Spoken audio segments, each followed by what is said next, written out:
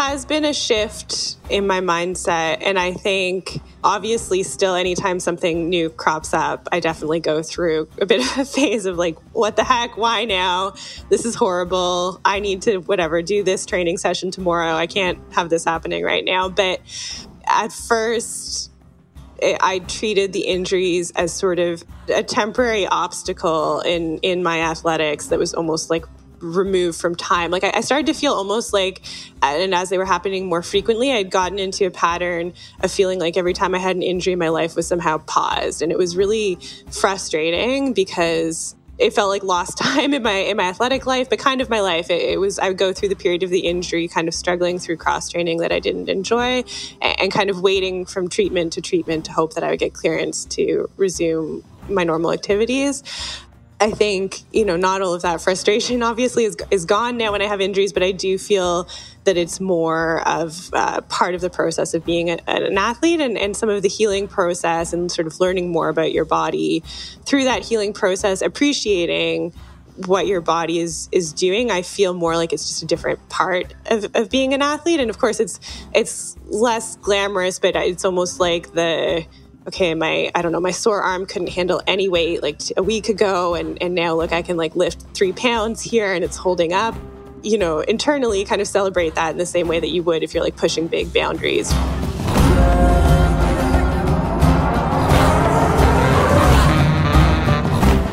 Welcome to the Yogi Triathlete podcast. We are Jess and PJ, and we're thrilled to be talking today with professional triathlete Tamara Jewett. This woman has become a prominent competitor since turning pro in 2019, and just this year threw everything into the basket of triathlon when she left her full-time career as a lawyer and went full into training and racing as a pro. Tamara kicked off the year with a win at the iconic Ironman 70.3 Oceanside, a season opener like no other, known for its honest course and A-list competition. Competing alongside Paula Findlay and current Ironman world champion Chelsea Sodaro, Tamara was 4th out of the swim, 5th off the bike, and then took the win after throwing down a 1:13 flat half marathon. She placed 6th at the PTO European Open in early May and followed it up with 2nd at 70.3 ex-en-Provence a few weeks later. Tamara has a background in high-performance middle-distance track, and since turning to triathlon, she became the first woman to run under 74 minutes at a 70.3. Triathlete.com launched an article in April claiming that Tamara is becoming the most feared runner in triathlon. We have a feeling she's going to continue to blow our socks off, and we're so excited to dive into the story of this incredible athlete. Tamara Jewett, thank you for being here and welcome to the show. Thank you. Pleasure to be here. Where do we start? Let's start. What did you do today? What have you done so far? Not sort of house chores today. Today is a day off training. So it started with sort of just like mundane food shopping type chores. And I need to deal with like fun things like finances and accounting chores this afternoon. So a bit of a day away from training, but other, keeping my life organized around that. Yeah, well, demystifying this, this fantastical idea that like you just get up and you stretch and you train and you collect the checks and that's all you do when you're a professional triathlete. But it's like you still have to take the garbage out and make sure that the bills are being paid and a little bit of a hustle here and there. So, like all of us, a day off is a day off, but we don't really get days off when it comes to life. Yeah, I was just thinking all those YouTube videos that are out there, they're always training days, but what if we just like filmed a rest day? Just like not waking up to the alarm. I think it would paint a more accurate picture of what goes on for professional athletes because they're not always hammering. No, obviously there's a variety and those recovery days are so important too. I mean, partly to stay organized in life, but also for your body to absorb training. And some of the off days are chore days like this, and some of them are genuinely relaxing, obviously. What's your relationship with rest days? Like, is it something you struggle with or something you embrace, or maybe it's been a little bit of both as you've progressed as a professional athlete? I love off days.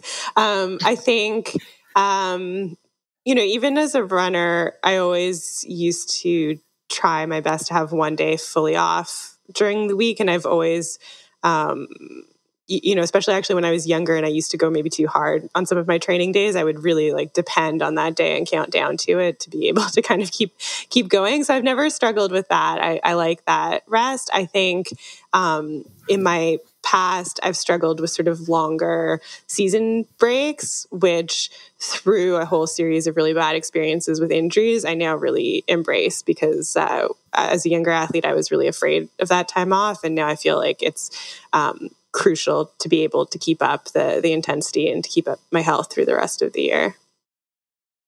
In hindsight, looking back and seeing that you were fearful of those times away from sport, and this is so common for all of us, for any of us, if we have the flu or we have to get surgery or something's going on, it's like for you in hindsight, looking back, what was fueling that fear? What was that fear about?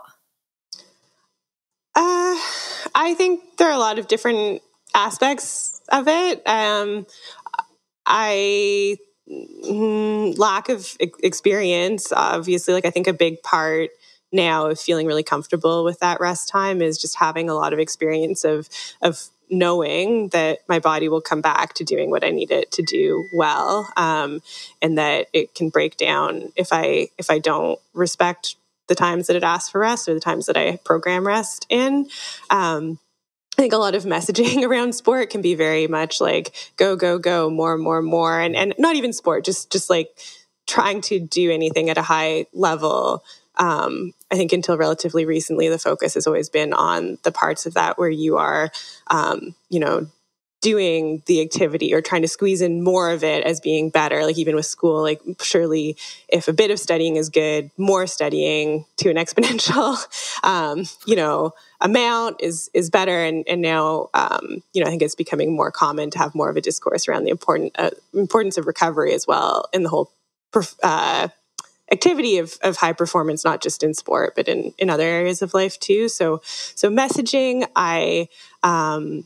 and as a younger athlete, which I've been quite open about, I had an eating disorder for quite a while where just my relationship to the concept of food and fuel and calories was very tied into an idea that, calories in somehow had to be calories out through exercise. And I just don't have the same anxiety about feeling like that's such a straightforward equation anymore. So lots of different things, I think, impacting the anxiety about rest in the past. And I think the biggest help now has just been more and more and more experience.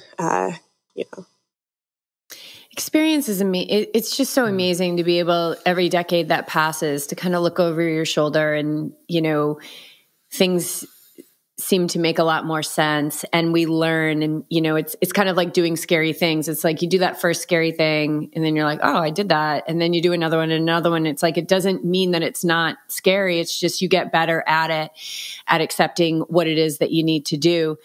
And so if I may ask this question about recovering from an eating disorder and having that tied in so heavily with activity, being an athlete for a long time, and I know this is multifaceted, but was there a degree of like taking the activity away as a part of the healing from your relationship with food and eating? Yes, definitely. And sort of in some ways, I guess, luckily for me, kind of just through the course of how things unfolded with injuries, that is, because my sister is doing a degree in clinical psychology and she's done some work with eating disorder patients. And it is an actual fairly well accepted treatment procedure to stop activity for a certain amount of time to try to start a recovery process from an eating disorder. I never went through anything like that formally, but as a runner before I started in triathlon, I had really quite a long series of repetitive strain injuries, and a couple of them in particular, a stress fracture in my the neck of my femur that took a very, very long time to heal and meant that I was on crutches for a long time. I didn't fully stop activity, but I had to scale it back very significantly. And through the course of that process, I do feel that I felt a big boost in my sense of well-being and psychological recovery, particularly after that femoral stress fracture, where I was not able to be very active for quite a long period of time. And, my body did change a little bit, and it just wasn't the end of the world in the way that my mind had been telling me it could be. And that was a big part of, by that point, I was physically pretty much back to good health, but psychologically recovering, that I do think that was an important part of it. Yeah, it makes sense, right? It's like somebody who's a drinker, or I guess we could use the label like alcoholic. It's like the alcohol is not the problem. It's actually their solution to what it is that's, calling them to that to ease their pain and I've had experience as well with eating disorder many years ago. And it was so tied into the physical activity, like crazy tied into the physical activity. But it makes sense that if you take that physical activity away, it gives you that space now to, okay, I need to learn. Like now that the quote unquote solution's been pulled away, I need to learn how to work through what maybe I haven't been working through because I've been covering it up with activity, getting those feel good chemicals, and exercise is amazing. I mean, we've dedicated our lives to it, and sometimes for some of us, and probably more than we know, we need to navigate these really uncomfortable, very constricted relationships with food and exercise. But I'm living proof. It seems as though you're living proof that we can get to the other side of it. And it's not comfortable, but we can get there and be wiser and stronger for it.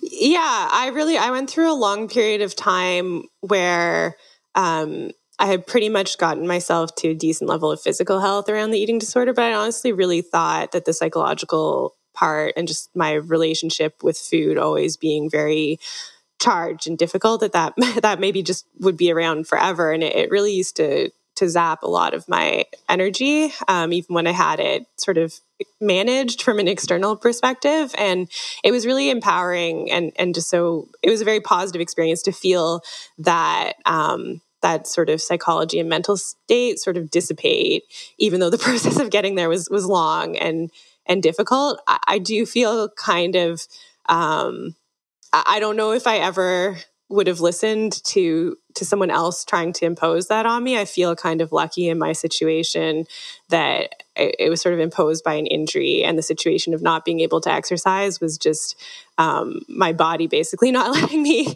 exercise. And it is true. It is like a very harsh process at first of just kind of brutal acceptance. And then at the start of it, it does not feel like that's going to go anywhere good. And then sort of through that acceptance and learning to deal with it, it turns out that it did. But I always feel it's complicated because a lot of getting physically healthy and to start that process was very motivated by, as much as the activity could feed into the eating disorder, so desperately wanting to improve athletically, and over a course of time being able to just see how what a negative impact this was having on my athletics. A lot of the motivation to at least try to start dealing with the problem did also come from my athletics and athletic goals.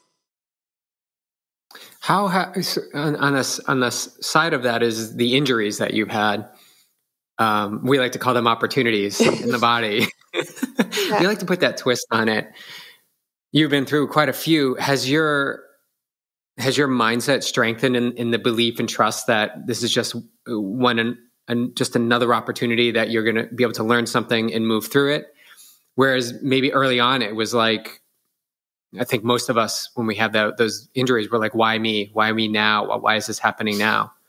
Yeah, there has been a shift in my mindset. And I think, obviously still anytime something new crops up, I definitely go through a bit of a phase of like, what the heck? Why now? This is horrible. I need to do this training session tomorrow. I can't have this happening right now. But at first, I treated the injuries as sort of just a temporary obstacle in my athletics that was almost like removed from time. Like I started to feel almost like, and as they were happening more frequently, I'd gotten into a pattern of feeling like every time I had an injury, my life was somehow paused. And it was really frustrating because it felt like lost time in my athletic life, but kind of my life. I would go through the period of the injury, kind of struggling through cross training that I didn't enjoy, and kind of waiting from doctor's appointment to doctor's appointment to hope, or treatment to treatment to hope that I would get clearance to resume my normal activities.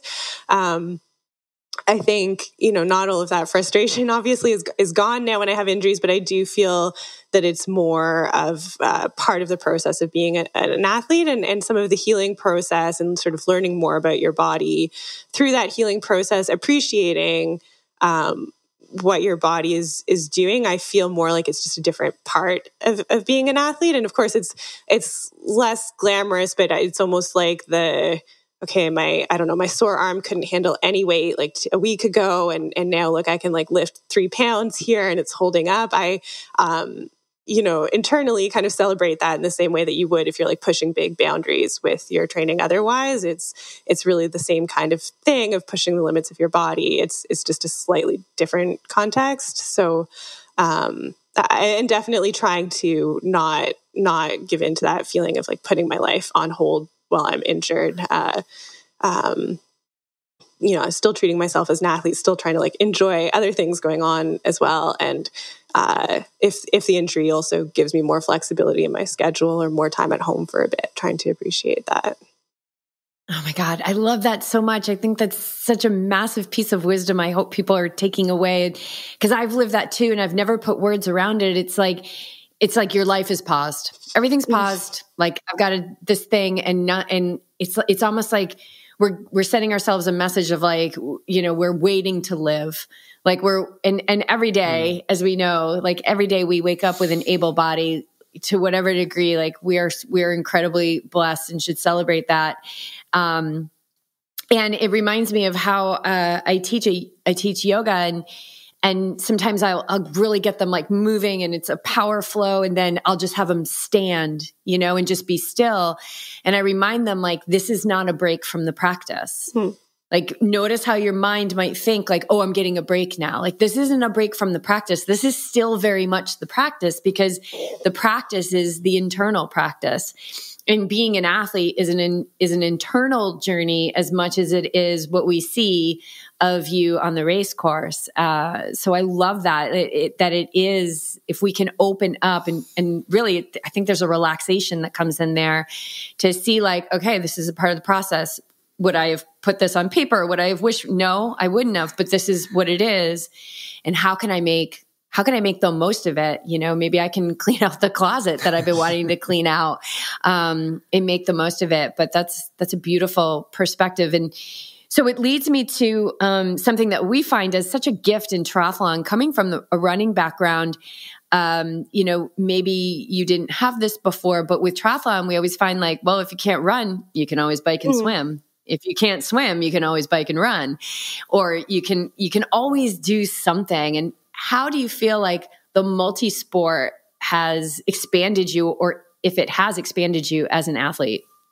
Yeah, I think it builds in a lot more resilience than you get naturally as a single sport athlete.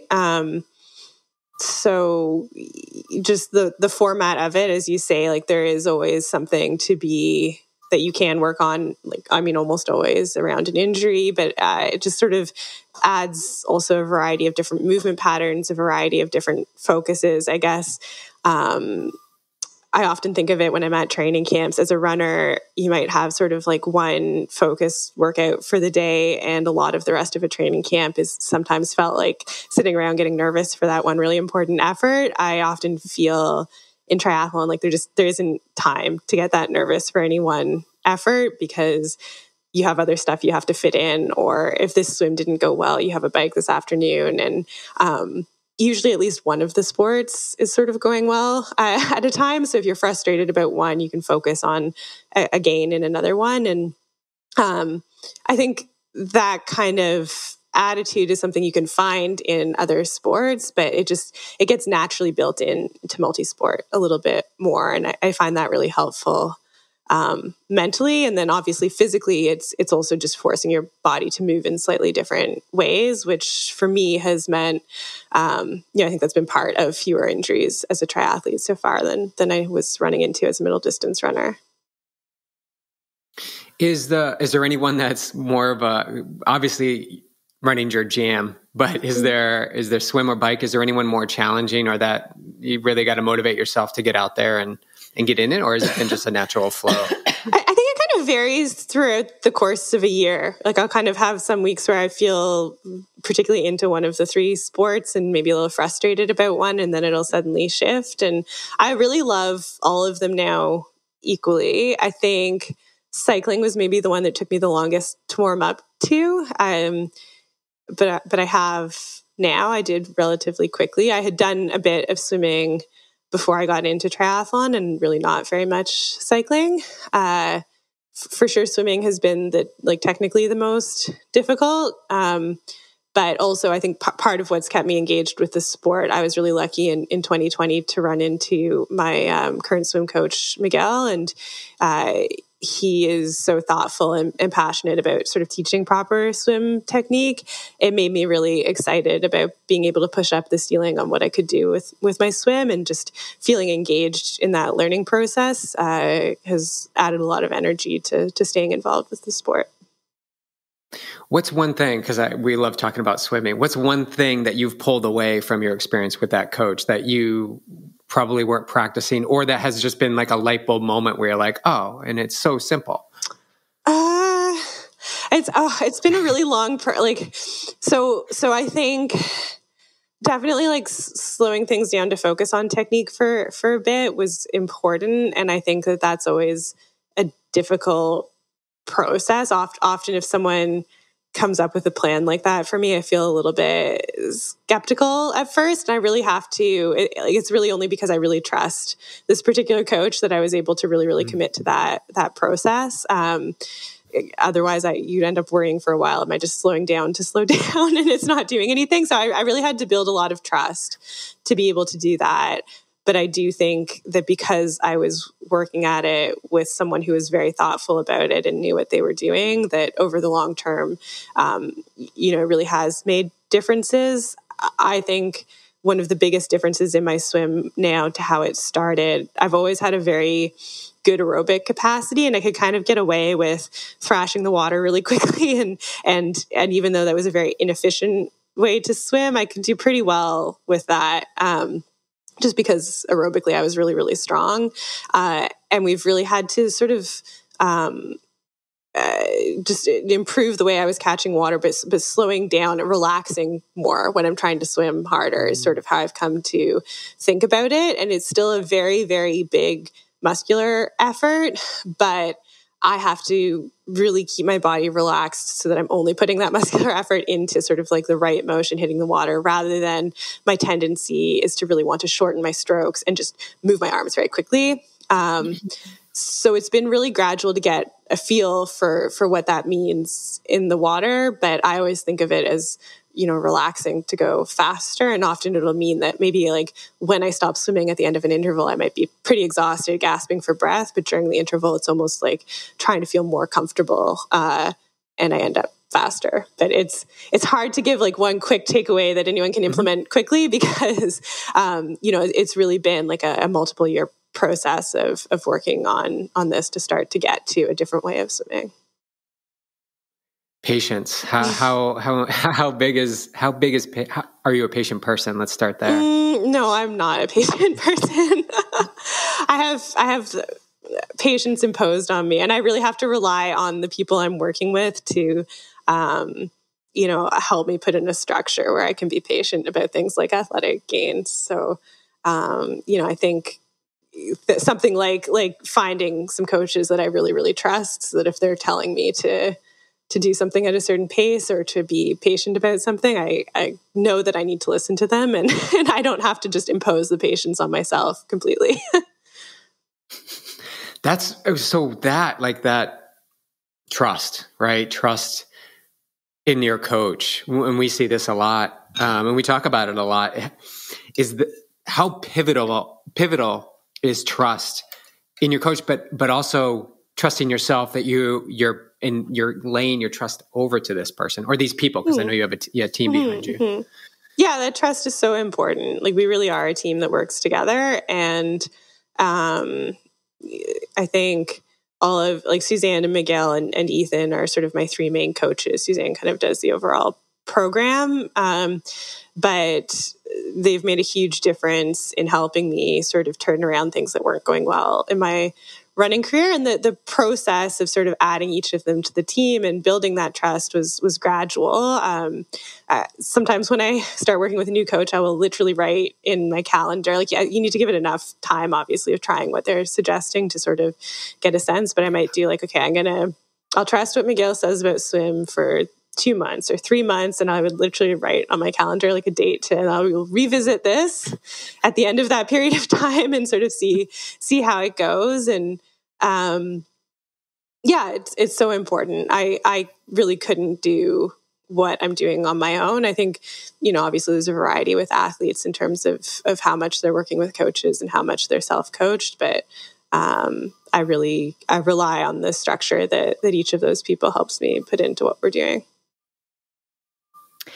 And this is your first year being full-time pro, no profession, professional paycheck to rely on. And I would assume there's some trust that you've had to lean into after making this choice. And was this choice a long time coming? Was it like, okay, I'm going to do it this year? No, I'm going to do it this. Now I'm going to do no. Or was it just really clean? Like, this is the time I'm going to go all in. It happened gradually, but it wasn't something that I ever thought initially that I would want to do, actually. So I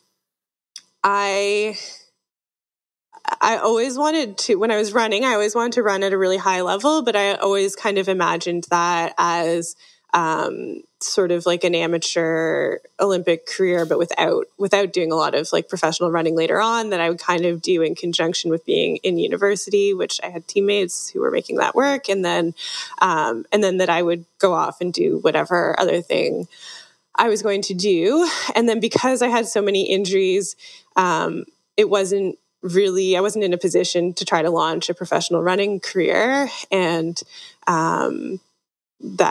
so just naturally I was building in a focus on other things as well. That's always what I had wanted to do. And then when I started triathlon, initially my plan was to do it for a year as a pro. And I negotiated with my law firm after I finished articling with them, which the United States doesn't have articling, but it's sort of like a residency. It's a 10-month sort of like legal residency almost. So I was hired back to my law firm after that, and I negotiated with them that I would take a year off. I would do pro triathlon for a year, and then I would come back. I was going to try to sort of participate in 70.3 Worlds, and that would be sort of an interesting thing to try. And then I would be a lawyer. And then the pandemic happened, and 70.3 Worlds were postponed for a year. So I did end up going back full time, and I thought, okay, I'll just have to balance this until I do Worlds, and then I'll stop. And just things kept progressing in a really exciting way in triathlon that over the course of time, I realized that I didn't want to stop, and that I was increasingly passionate about it. Things happened like meeting Miguel and realizing that we could make much bigger improvements in my swim than I had imagined. And that was exciting and engaging. I was really enjoying the racing.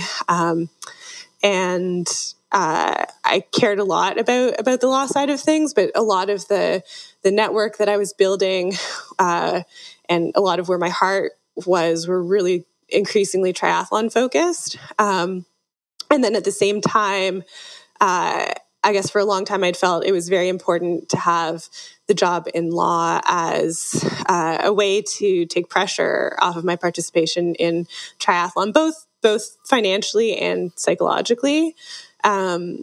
But I was getting to a place where I could see a way to financially make it work, at least for a period of time, to be in triathlon full time.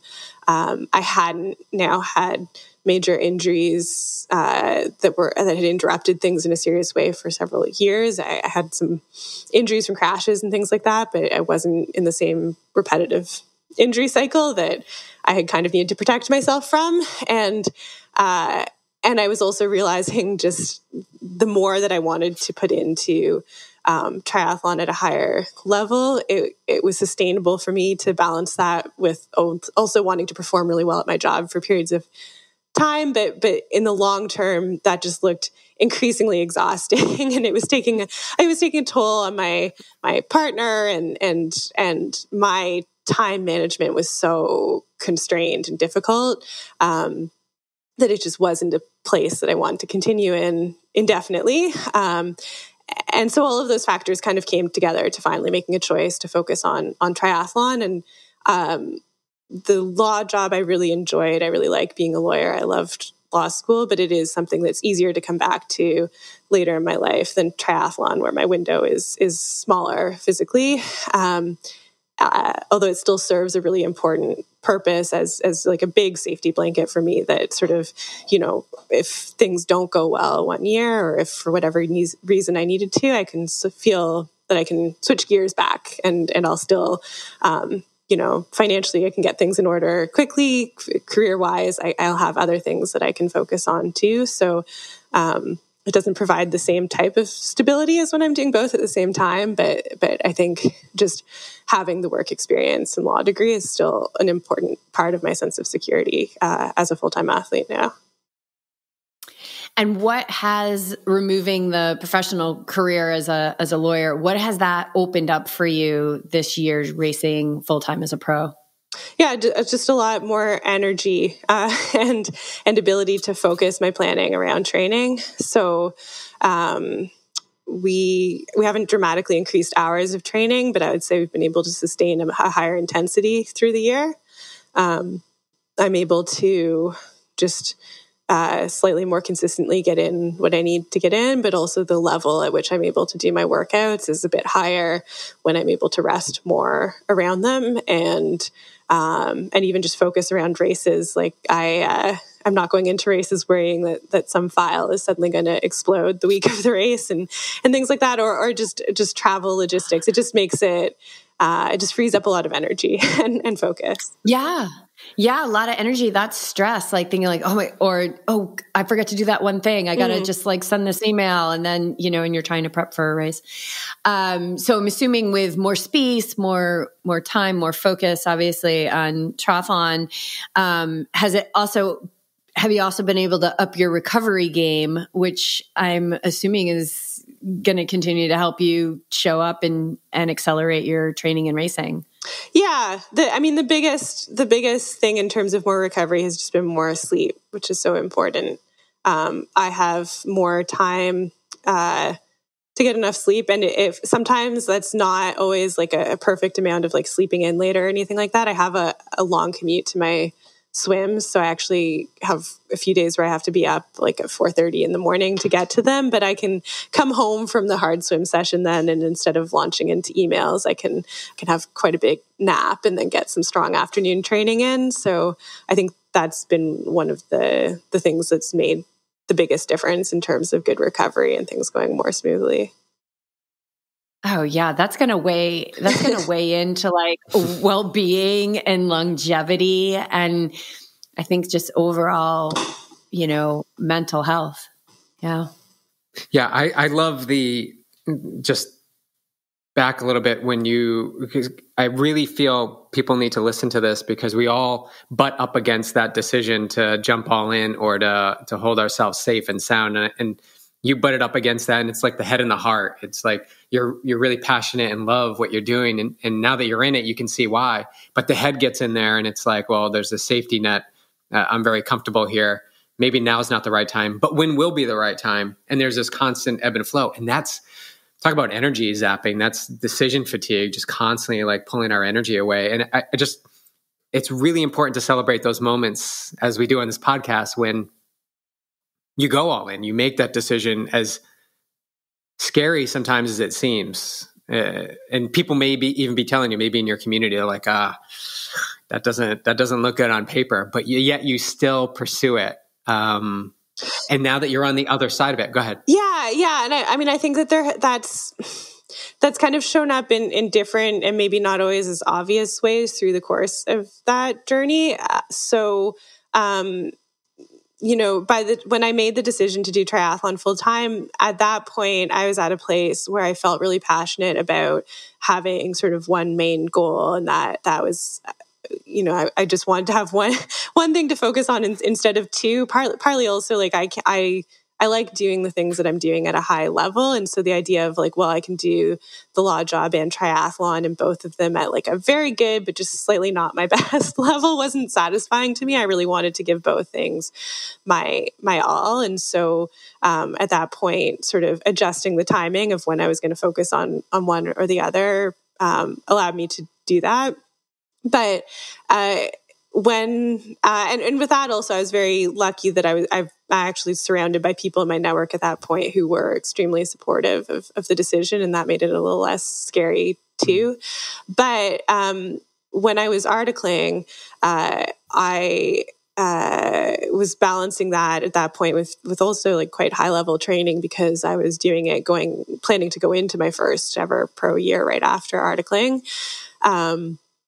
And I was getting a lot of advice, not from my immediate network, but from a lot of people around me, that this was a really crazy idea and that you should not try to balance articling with basically anything else, certainly not high-level triathlon training. How are you going to do that? That's going to kind of be a disaster. And that was a period of my life where I was really passionate about making that balance work, because I had a really amazing articling opportunity. I felt really, really passionate about that, but I did not want to step away from triathlon. And so in that period, Suzanne, who also has balanced triathlon with a lot of other things in her life, was a really important mentor in terms of looking at how we could try to structure that to make it work, and just in terms of her confidence that we could find a way to make it work. So it wasn't a balance that I could sustain sort of indefinitely, but I could for 10 months. And at that period, it was actually really, the balance was really important between those two things, as opposed to later on, it's become the space to focus on triathlon. Yeah, let's talk about the noise, whether that's noise from in our own minds, or the noise around us, right? Like people are saying like, "Oh, you can't do that. That's crazy. That's a disaster." And you were like, "But you listened to that pull within that was like, but no, I right now I can do this. I can do this," knowing that you probably wouldn't do it for 40 years, but for 10 months that you could do it. And then you attract this wonderful person into your life that's like, okay, let's have a solution. Suzanne, let's get a solution about how this can work, because I believe in you. But I think the experience of having contrary noise to what it is that we're pursuing, and whether that's people outside of us or whether we're on the starting line, like, oh my God, can I do this? Knowing you can do it. How do you work with that noise? And let's take it into I'd say let's take it into performance races or training. How do you work with that just dialogue, either within you or without? Yeah, I think it takes constant practice. I don't have like the answer for all time to deal with that. And I think it's something that everyone sort of continues to struggle with as they try to get done stuff that they want to get done. Because there's a lot of external noise and a lot of internal noise as well. I think that's somewhere where having a really good team around me really helps. So if I, let's say with sort of like, I don't know, whatever external chit chat might be happening going into a race, trying to tune that out. But if I'm struggling with it a little bit, I have a good group of people that I can go to and sort of talk through it, and they'll help me get myself back into the right mindset that I need to be in.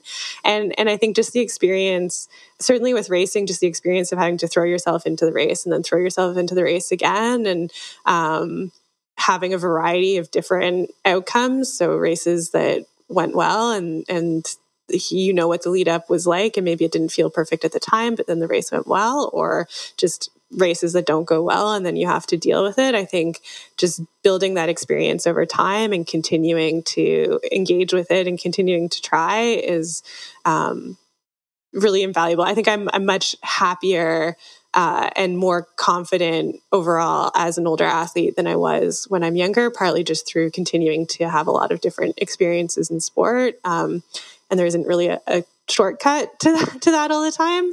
I also kind of increasingly look at what are experiences other athletes are having in terms of up and downs. Like I've been thinking about it recently with Daniela Ryf, because in the media, there's so much chit chat up and down about like, oh, she's the best triathlete of all time. Oh, actually, maybe she's passé and of a past era. And then, that chit chat will go on for a bit, and then she'll achieve a world record or something like that. And just seeing how many people go through different versions of that, I also find kind of comforting. You can see other people having ups and downs, and know that these experiences are not just unique to you.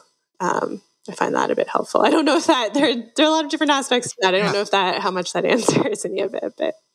No, I love that experience. Also realizing that we're more similar than we are different, just because Daniela can run, so much faster than I could ever run doesn't mean that her and I might not kind of feel like maybe we don't want to get out of bed one day.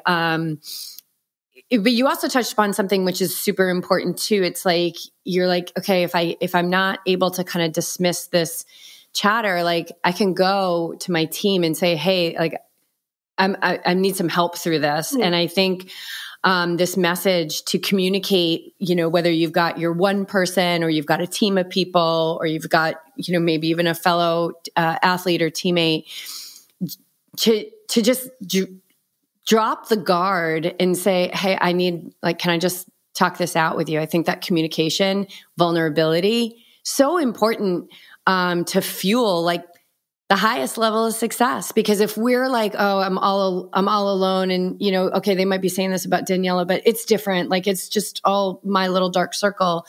That isolates us even more, and I think it makes the mountain higher that we need to climb. But this ability to be vulnerable and communicate is huge to being able to disempower these thoughts and chatter, and deepening connection and trust with the people around you.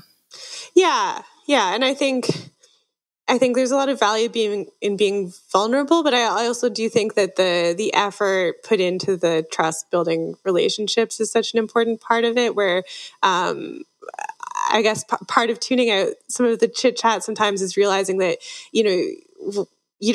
you don't want feedback on what you're doing from every single person, and you need to be selective about whose feedback you're taking into account in sort of guiding yourself. So not directly sort of performance-based, but with the sort of articling decision, a lot of the people telling me that I absolutely couldn't make that balance work were coming from a very good protective place, or, in some cases, maybe from a place of jealousy. Like there's quite a range depending on what their experiences have been, what they were trying to deal with in their life. And so some of it, even if it was from a very good place, it was sort of like, okay, I maybe appreciate what this person is saying and appreciate that it's coming from a good place, but this is not the person whose feedback in this case is going to guide what I'm doing. I have a few really close, trusting relationships where that is the feedback that I need to be listening into, and that those people maybe know more about my full situation and the full picture of exactly what I'm doing, whereas someone else commenting might just not have all of the information either. Yes. Yeah. Perspective. Everybody has a perspective, right? Mm-hmm. And it's our ability to sift and sort what we want to do. And I love that you shared that. Like, it's really important to surround yourself with trusting people, because everybody's got an opinion, and it can just play into your mindset or what you're going to do in that moment. And looking back, because I was just thinking about this, I was there in Indian Wells when you were, hunting down Paula on the run. I was just thinking, was anybody giving you splits out there? And how much do you trust the information that people are giving you when you're trying to, you're going as fast as you can, and you're trying to catch, Paula, which was, you almost caught her right at the end there. Yeah, I think people definitely do call out splits. I think I kind of take it into account if I hear what they're saying, but it's not obviously fully determinative of what I'm doing. And I do, even if it's like a close supporter who's out there and they're supposed to be giving me splits, I take it on faith that that's the right information, but I also don't somehow modify all of what I'm doing, assuming that they're 100% right or that they haven't missed something. I think a frequent one that I think about is, like people can lose, I know because I'm often someone who's running my way through the pack, people can lose sight of people that they just haven't heard of yet, who might be like coming up from behind in a big way, and they might just not have noticed. And I do always have in my mind that maybe they've missed something and there's someone making like some crazy surge that we won't see until the finish line. And so I definitely appreciate the information, and I think it'd be really, really bad form to be purposely giving people false information. So I hope no one's doing that. If they are, that's just not right. But I always, I don't know, so much happens in those races. I always assume that something I don't expect and something that the people there don't expect could be happening as well. Yeah. And although well-intentioned, everything, even like the advice of like, you can't do this, it's impossible. I believe that it's well-intentioned, but we do need to have that sonar, our own sonar really dialed in. And like you said, it's a process. Like it's all a process. We're going to continue to learn more and more. You're going to turn back 10 years from now and say, oh, that's why that happened. And I'm, more wise for it and all of that. But speaking of somebody who's come up through the ranks, you are now racing some of these women who perhaps you looked up to. And how does that feel to be out there and not even just being a contender, but like being a real threat to their space on the podium? Like, how does it feel to be realizing that you're at this level with these women who maybe you've watched and looked up to over the years? It's exciting. I think having been through sort of a lot of disappointment in my running career, it feels really cool to unexpectedly be sort of having a renaissance of my athletics and to be able to progress to really high levels in triathlon. I think I felt for a long time that my potential is there to be able to do that, but I haven't been able to actually do it. And so it's really satisfying to feel like I'm able to sort of show that potential in real results. And yeah, it's sort of cool. I think also with a lot of my injuries and running to protect myself, I had to tune out of the sport a little bit for big periods of time and didn't build as much of a connection to parts of it as I would have liked to, so that it became a bit of a big part of my life, but also sort of separate from my life. And I really like feeling more and more part of the triathlon community and being able to embrace that. And I think, I don't know, like it was really, I think, for example, coming out ahead of Chelsea at Oceanside, she won the first 2 pro races that I ever did. And I really admired that. And she also has a running background, so really, really admired her. And so it was really exciting as a progression from that to have, one race where I came out ahead. But it's only satisfying to beat her in that way because I respect her athletics so much, and I kind of like the way that the competitiveness in the sport is developing right now, where there's quite a pool of people who can be out ahead in those races on any given day, and so as I try to be more and more a part of that, it's also I don't know, also just really holding on to like the respect for everyone involved. And I think sport's more fun when you also give yourself permission to be ahead or behind on it on any given day. So I think part of also for me keeping the activity fun, which is part of my ability to like keep performing well, is to sort of like watch the ups and downs that people go through, to give myself permission to also have ups and downs as I try to compete against them more and more. Yeah, that fun factor. I mean, because we see the gripping too tightly of how things have to go, and you put a lot of onus on it. There's the travel cost and the time and the effort, and you put all this in. And I don't know what the travel was like to Mont Tremblant, but you you made a commitment to go do a race, and there was a good field there, and then the race doesn't happen.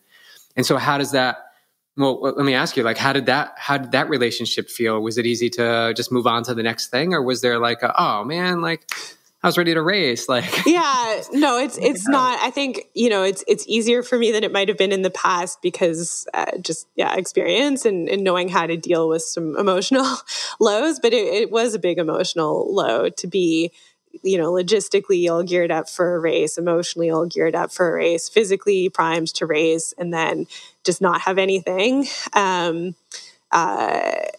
It took me at least kind of over a week almost to get my training back into what felt like a really good groove. I certainly had like good training sessions in the week after it, but it was just a little rockier, and I certainly didn't feel good. And that's just part of it too. But it takes a huge amount of energy into any of these events, and a race being canceled is very extreme. But there's just a lot that can happen in any triathlon, and so I do think you have to keep yourself open to that and to giving yourself permission to focus on the parts of it that you can control, but knowing that no matter what you do, there are parts of it that you cannot control. And, that needs to be okay. If it just wasn't your day, it wasn't your day. And, you see that happen to lots of different people, and a day isn't their day, and then their day comes along at some other point as well. Yeah, I mean, we know anything can happen, right? We're like, anything can happen. Like, you could win the race, you could lose the race, like anything can happen.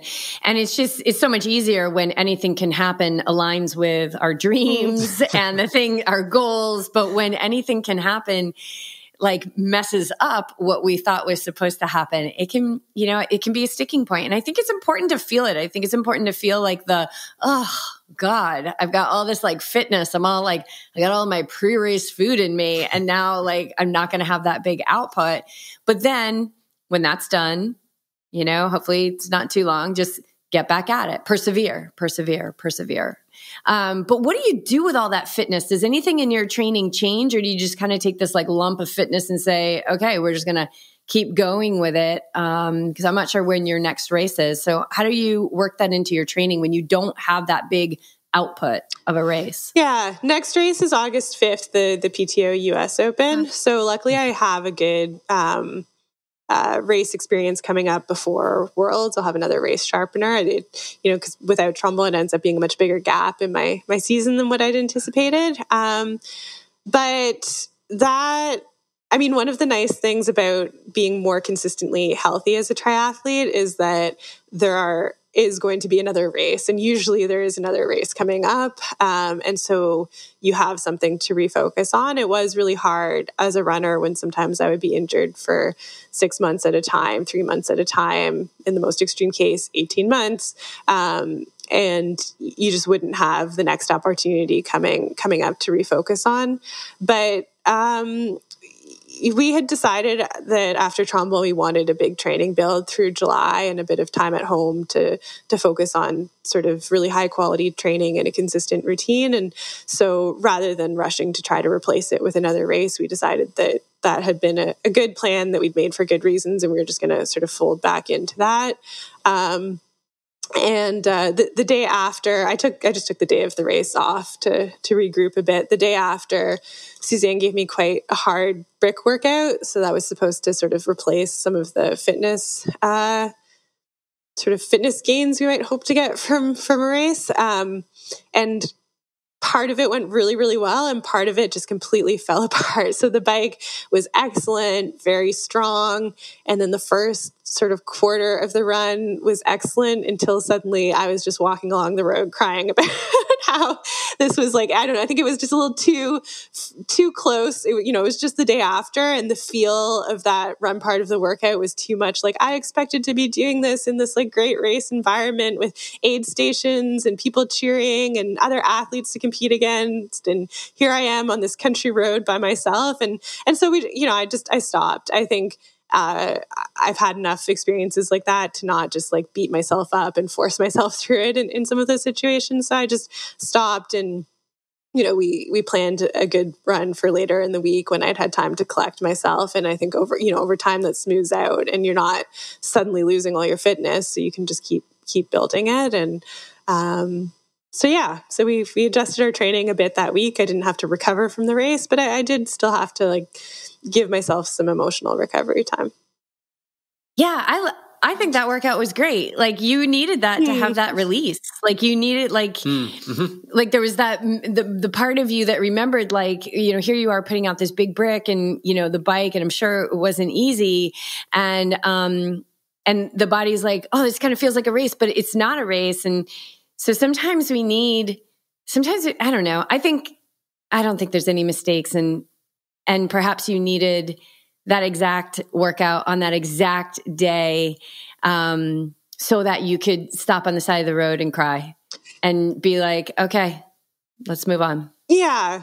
I think in that situation, it was fine. And it's, obviously you want to learn about your own emotions to be able to work through them. But whenever I find myself having such a strong emotional reaction in training, I kind of know myself well enough now to know that it often means there's something I should deal with, or just some space that I need to give myself. And that rather than being afraid, and and that's just a self-knowledge thing. And obviously everyone is different. But for me, rather than being afraid that this is, suddenly disastrous and everything will be off kilter for 5 days, it's sort of okay, need to regroup, but this will still, tomorrow should still go smoothly. It'll be okay. Or oh, maybe there's this thing I need to deal with before I can really put that energy back into the training.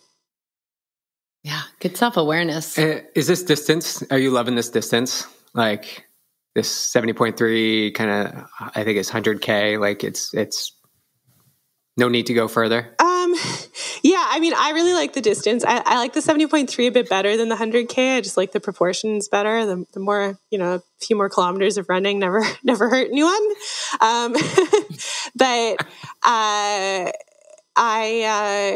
I'm interested to try a full, but I am not sure that that's what I would ever want to make my main focus. I'm sort of open-minded about that right now, but I think it's most important for my athletic development to keep developing speed at the slightly shorter distance. And so that remains a priority over trying a full. And I certainly would never sort of commit to doing fulls without trying one. I just don't know what it'll be like. It is twice the distance. It is quite a different activity in many ways. And obviously some athletes have quite a few years of experience of going back and forth between the two, but I don't. So if I ever did try a full, I would want to really respect the preparation for that. And it just hasn't fit naturally into planning for an optimized 70.3 schedule for me right now. I've gotten more used to the 70.3 distance and I like it. When I started, I was a 1,500 meter, 3K, 5K runner. So it seemed excruciatingly long. And I certainly remember the first time I ever did a half marathon was in a 70.3. And I remember getting to 10K and kind of feeling how can I possibly have to run 10 more K after this? But obviously I've been doing it for a few years now and gotten quite used to it. Well, what is the dream? What's your dream? Right now I sort of am on a 2-year plan of really making 70.3 worlds this year and next year big focuses. And, I would, really like to be striving for the podium in each of those. But I'd say that's the goal, but I sort of hesitate to be that's the ultimate dream and what I need to accomplish. I think that's always been evolving. As I said, I didn't initially set out to be a sort of pro athlete, and that's something that sort of has just developed over time. And for a long time, it was sort of I would just love to have some kind of, redemption bookend on the injuries in running, and that's definitely just it's happened. So it's really nice to sort of have a check mark beside that and have that have a sort of positive outcome that I wasn't sure would happen. So, and kind of letting it evolve. I really want to just keep pushing what I can do athletically and hanging out in this level of competition of trying to compete against the best people in the world of the sport is really exciting. That sounds like a dream that you're living right now. And I love that you seem to have an open mind, which I think is right up there with just your intelligence and your intellect. It's like, it's smart to keep your mind open. It's smart to be aware that there are always possibilities. And so we'll certainly be watching and tracking and cheering you on. And I just want to thank you so much for your time today. And thank you for being so open and honest in the conversation. It's been a pleasure to meet you and to chat with you. So yeah, just keep going, keep your mind open, and enjoy. It looks like you're enjoying it out there, and it's really, really fun for us to watch you. Thank you. Yeah, thanks so much.